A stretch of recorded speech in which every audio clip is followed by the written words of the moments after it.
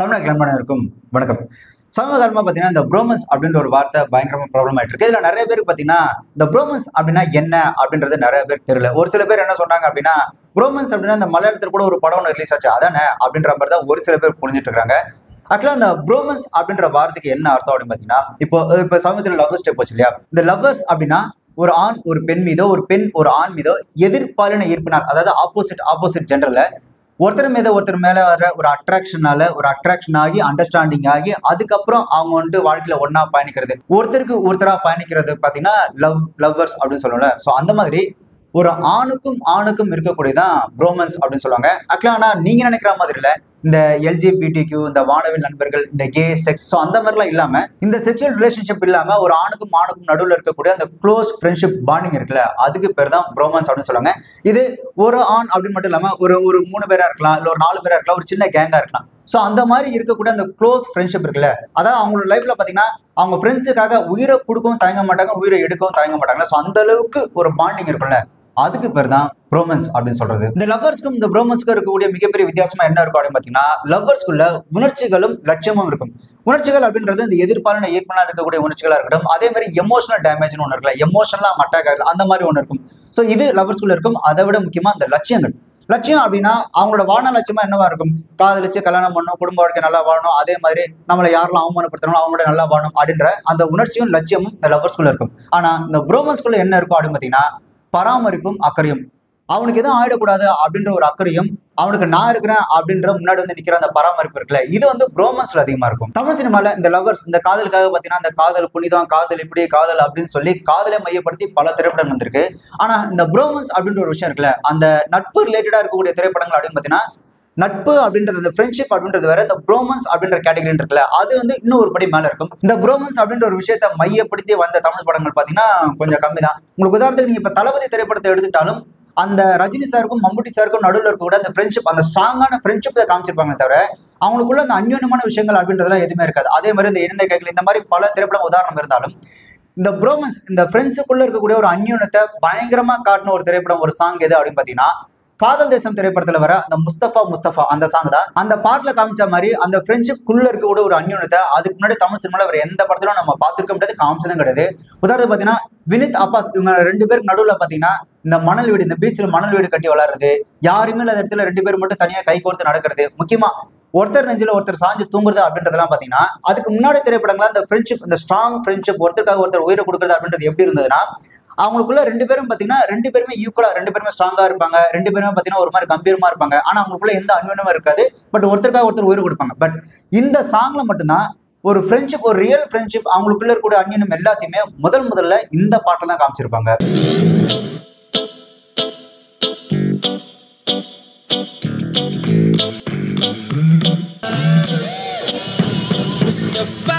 முஸ்தபா காலம் நம் தோழன் முஸ்தபா,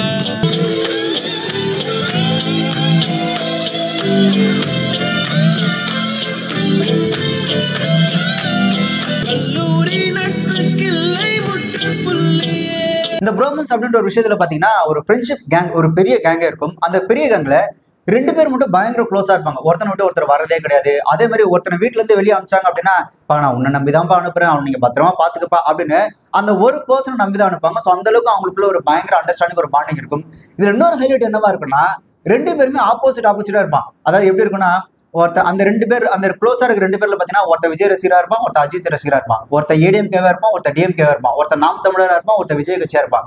அதே மாதிரி பாத்தீங்கன்னா ஒருத்தர் வந்து சாமி கும்பிடுறவனா இருப்பான், ஒருத்தர் சாமி கும்பிடாதனா இருப்பான். சோ இந்த மாதிரி ஆப்போசிட்டா இருக்குன்னு பாத்தீங்கன்னா பயங்கர க்ளோஸா இருப்பானுங்க. இந்த காதல் தேசம் திரைப்படத்துல வந்து அந்த பாட்டுக்கு அப்புறம் இந்த ப்ரோமன்ஸ், அந்த ஃப்ரெண்ட்ஷிப் குள்ள இருக்கக்கூடிய அந்த அந்யோன்யத்தை ரொம்பவே ஸ்ட்ராங்கா, ரொம்பவே பயங்கரமா காட்டின ஒரு திரைப்படம் எது அப்படின்னு பாத்தீங்கன்னா பாலா அவர்கள் இயக்கத்துல வந்த பிதாமகன் திரைப்படம் தான். இந்த ப்ரோமன்ஸ்க்கான மீனிங் ஒன்று சொல்லுங்க இல்லையா, இந்த அக்கறையும் பராமரிப்பும், இது பாத்தீங்கன்னா பிதாமகன்லாம் அவ்வளவு ஸ்ட்ராங்கா காமிச்சிருப்பாங்க. இந்த பிதாமகன் திரைப்படத்துல பாத்தீங்கன்னா அந்த சித்தன் அப்படின்ற கதாபாத்திரம், விக்ரம் சாரோட கதாபாத்திரம் பாத்தீங்கன்னா யாருக்கும் அடங்காம, யார் மேலேயும் அன்பு செலுத்தாம அது ஒரு கேரக்டராகவே சுத்திட்டே இருப்பாப்ல.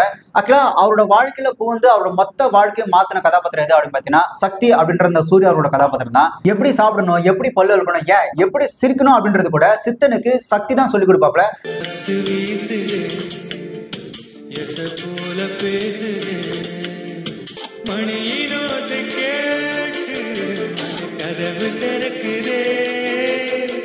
ஆக்சுவலா இந்த உலகமே என்ன அப்படின்னு தெரியாம இருந்த சித்தனுக்கு இந்த சக்தியின் வழியா தான் இந்த உலகத்துல இப்படிதான் இருக்கணும், இப்படிதான் வாழணும், இப்படிதான் மனுஷனோட பழணும் அப்படின்னு சக்தியின் பார்வையின் வழியாகத்தான் அந்த சித்தன் இந்த உலகத்தையே பார்ப்பாப்ல. ஸோ அந்த அளவுக்கு அவங்க ரெண்டு பேருக்குள்ள இருக்கிற அந்த ஒரு பாண்டிங், அந்த ப்ரோமன்ஸ் அப்படின்றது அவ்வளவு ஸ்ட்ராங்கா இருக்கும். இந்த யாருக்குமே அடங்க அந்த சித்தன் பாத்தீங்கன்னா சக்தியோட அன்புக்கு மட்டும்தான் கட்டுப்படுவாப்ல. அதே மாதிரி சக்தி மேல யாராவது தெரியாம கை வச்சா கூட போட்டு பொழந்து எடுத்துறாப்ல. சித்தங்கவா இவரே நம்மால ஒண்ணு செஞ்சிடாதே. வாயில வெடி வச்சு பத்த வச்சிரும், ஜாக்கிரதை. அதெல்லாம் தாண்டி இவங்க ரெண்டு பேருக்குள்ள அந்யோன்யத்தை எப்படி காமிச்சிருப்பாரு அப்படின்னா, சக்தி அவரோட காதலி அந்த லைலா இருப்பாங்களா, லைலா கதாபாத்திரத்தை முதல்ல இன்ட்ரோ கொடுக்கும்போது நம்ம இடத்துக்கு வேற ஒருத்தி வந்துட்டாரு அப்படின்னு சொல்லி சித்தன் கதாபாத்திரம் விக்ரம் கதாபாத்திரம் பாத்தீங்கன்னா கோச்சிட்டு முறுக்கிட்டு போய் நிற்பாப்ல. அப்ப போய் சக்தி தான் சமாதானம் பண்ணி கூட்டு வரப்பல. அதே மாதிரி சக்தி சித்தன் அப்படின்னு பச்சை குத்திரதை பார்த்துட்டு லைலா வந்து சண்டை போடுவாங்க. என் பேரை குத்தாம நீ அவன் பேரை குத்திருக்கிற அப்படின்னு கேட்கும்போது இவருக்கு வந்து ஒரு பெருமிதமா இருக்கும், நம்ம பேரை குத்திட்டாங்க அதுக்காக தான் சண்டை நடக்குது அப்படின்னு. அதே மாதிரி சக்தி பாத்தீங்கன்னா இந்த இளங்காத்தி விசை அந்த பாட்டுல வந்து மரத்துல இருந்து தொங்கிட்டே கீழே விழும்போது செத்தாமரை நடிப்பாப்ல. அப்ப நடிச்சதுக்காக பாத்தீங்கன்னா அந்த சித்தன் கதாபாத்திரம் செம்ம டென்ஷன் சக்தியை போட்டு புரட்டி போட்டு எடுக்கும். சாப்பிடலாம் அப்படின்னு சொல்லி இந்த சங்கீதம் அவங்க பாத்தீங்கன்னா பலாரம் வைப்பாங்க. அப்ப சித்தனுக்கு டக்குனு வந்து அவங்களை போட்டு அடிச்சுட்டு இவர் வந்து அவரை எழுப்பி அந்த சாப்பாடு ஊட்டி விடுவாரு. அந்த சாப்பாடு ஊட்டி விடுறது முரட்டத்தனமா தான் இருக்கும். முட்டியை பிடிச்சி இழுத்து ஊட்டி விடுவாப்ல.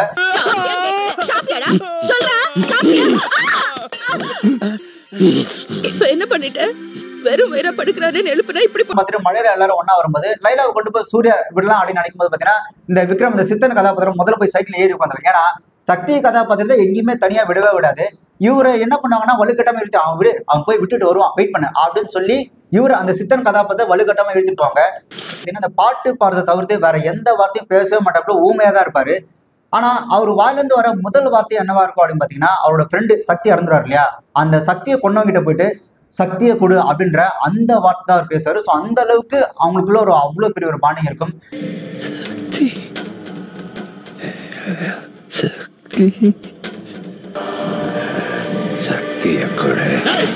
அந்த சக்தி கதாபாத்திரம் செத்ததுக்கு அப்புறம் சக்தியே இந்த ஊர்ல இல்ல, செத்து போயிட்டான், இதுக்கப்புறம் நமக்கு என்ன இந்த ஊர்ல இருக்கு அப்படின்னு சொல்லி எப்படி இந்த சேது திரைப்படத்துல அந்த கதாநாயகி செத்ததுக்கு அப்புறம் அந்த ஹீரோ வந்துட்டு அந்த ஊரை விட்டு போற கிட்டத்தட்ட அதே மாதிரி தான் பிதாமகளையும் சக்தியா இருந்துட்டான், அதுக்கப்புறம் நமக்கு இந்த ஊர்ல என்ன வேலை இருக்குன்னு சொல்லி அந்த சித்தன் கதாபாத்திரம் போடும். ஸோ இதுதான் அந்த ப்ரோமன்ஸ், அந்த பாண்டிங் அப்படின்றது. ஒருத்தருக்காக உயிரேனும் கொடுக்கறதுக்கு தயாரா இருக்கிற ஒரு கதாபாத்திரம் உயிரை எடுக்கிறதுக்கும் தயாரா இருப்பாங்க. ஸோ அதுதான் அந்த ப்ரோமன்ஸ் அப்படின்றது.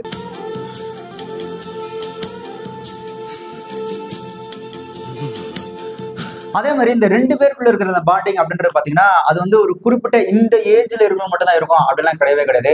பாய்ஸை பொறுத்த வரைக்கும் 15-20 வருஷம் அந்த ஏஜ் டிஃபரெண்ட்ல கூட அவங்க அந்த ரெண்டு பர்சனுக்குள்ள அந்த ஒரு பாண்டிங் அப்படின்னு பயங்கரமா இருக்கும். கிட்டத்தட்ட ஒரு அப்பா வயசுல இருக்கிற ஒருத்தருக்கும் இந்த பையன் வயசுல இருக்கிற ஒருத்தருக்குமே கூட அவங்க ரெண்டு பேருக்குள்ள இருக்க ஒரு அண்டர்ஸ்டாண்டிங், ஒரு பாண்டிங் பார்த்தீங்கன்னா பயங்கர ஸ்ட்ராங்கா இருக்கும். உங்களுக்கு உதாரணத்துக்கு பார்த்தீங்கன்னா நந்தா திரைப்படத்தை எடுத்துக்கலாம். ஆக்சுவலா நந்தா திரைப்படத்துல அந்த நந்தா அப்படின்ற சூர்யாவோட கதாபாத்திரம் பார்த்தீங்கன்னா சின்ன வயசுல ஜெயிலுக்கு போட்டு வெளி உலகம் அப்படின்றது பெருசா தெரியாமலே இருக்கும். ஜெயிலுக்குள்ள இருந்து வெளியே வந்ததுக்கு அப்புறம் இந்த உலகத்துல எப்படி வாழ்றது, எப்படி பழகிறது அப்படின்றதெல்லாம் தெரியாது. ஆள் பார்த்தீங்கன்னா ஒரு மாதிரி கரடு முரடா தான் இருப்பாரு. பட் அவர் யாரை ஃபாலோ பண்ணாரு அப்படின்னு பாத்தீங்கன்னா அந்த ஊர்ல இருக்க பெரியவர் அப்படின்ற அந்த ராஜ்கிரண் அவரை தான் ஃபாலோ பண்ணாரு. ஆக்சுவலா ராஜ்கிரண் அவரோட அந்த பார்வையின் வழியா தான் அவர் இந்த உலகத்தையே பார்ப்பாரு.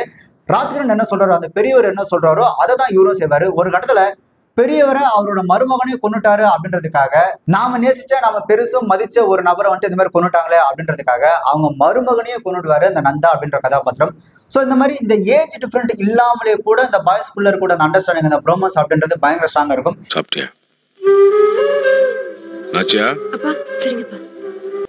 உங்களுக்கு ஆள் தானே வேணும், இந்த அவனை கூட்டு போங்க. அது வந்து ஐயா என்ன ஐயா, அவனை யாருன்னு நினைச்ச?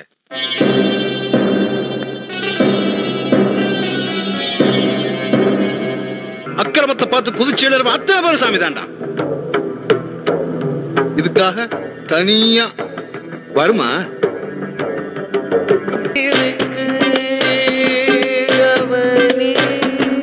இதேதான் பீமா படம். ஆக்சுவலா பீமா படத்துல கூட பாத்தீங்க அப்படின்னா அந்த சேகர் அப்படின்ற கதாபாத்திரம் பாத்தீங்கன்னா அந்த சின்ன அப்படின்ற கதாபாத்திரம் சின்ன வயசுல இருந்தே ஃபாலோ பண்ணிருப்பாப்ல. அதாவது சின்ன வந்தாருன்னா கண்டிப்பா இந்த இடத்துல ஒரு பிரச்சனை தீரும், சின்ன அந்த இடத்துல வந்தா எப்படி இருக்கும் அப்படின்னு நாமளும் சின்ன மாதிரியே இருக்கணும் அப்படின்னு சொல்லி அந்த சின்ன அப்படின்ற கதாபாத்திரத்தை ஃபாலோ பண்ணி தான் அந்த சேகர்ன்ற கதாபாத்திரமும் வளரும். சின்னாக்கு எதனா ஒண்ணு அப்படின்னா அந்த சேகர்ன்ற கதாபாத்திரம் பாத்தீங்கன்னா சும்மா விடாது, எல்லாரும் போட்டு தள்ளுற அளவுக்கு அதுவும் பயங்கர ஸ்ட்ராங்கா இருக்கும். ஸோ இந்த மாதிரி ஏஜ் டிஃபரன்ஸ் அப்படின்றது பயங்கரமா இருந்தாலுமே கூட அந்த பாண்டிங் அப்படின்றது பயங்கர ஸ்ட்ராங்கா இருக்கும் தி ப்ரோமன்ஸ் அப்படின்றதுக்குள்ள.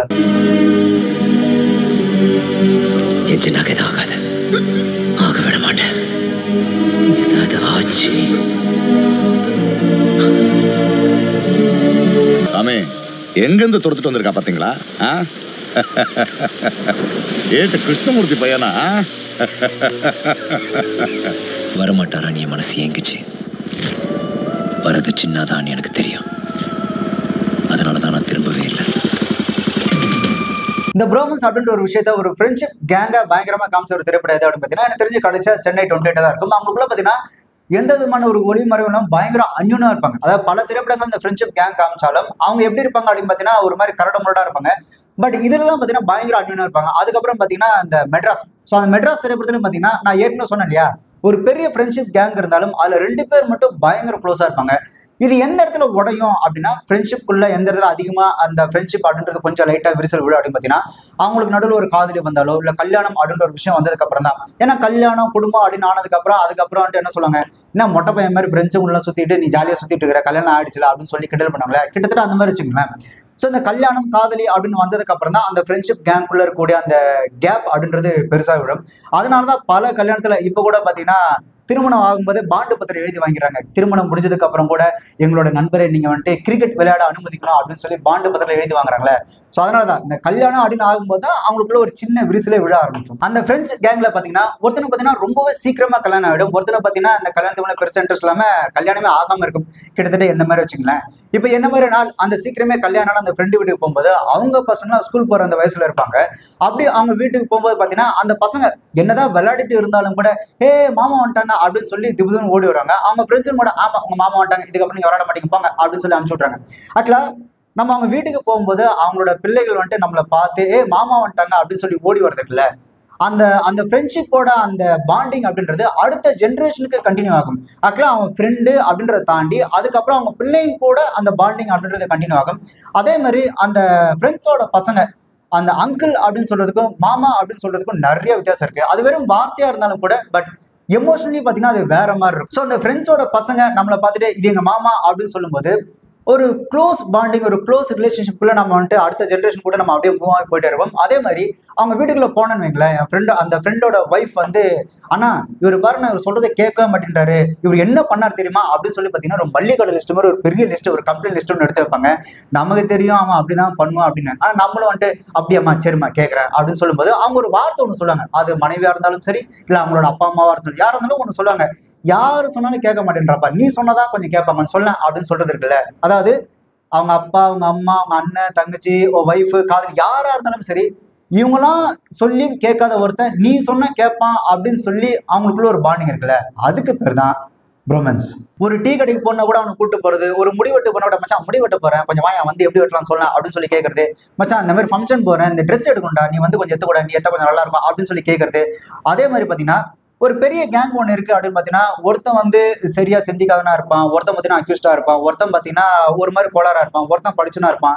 ஒரு அந்த மாதிரி ஒருத்தரும் ஒரு மாதிரி இருக்கும்போது அதில் ஒருத்தன் படிச்சவன் இருக்கான், அந்த படிச்சவன் பார்த்தீங்கன்னா மற்ற எல்லாரும் கைட் பண்ணுவான்.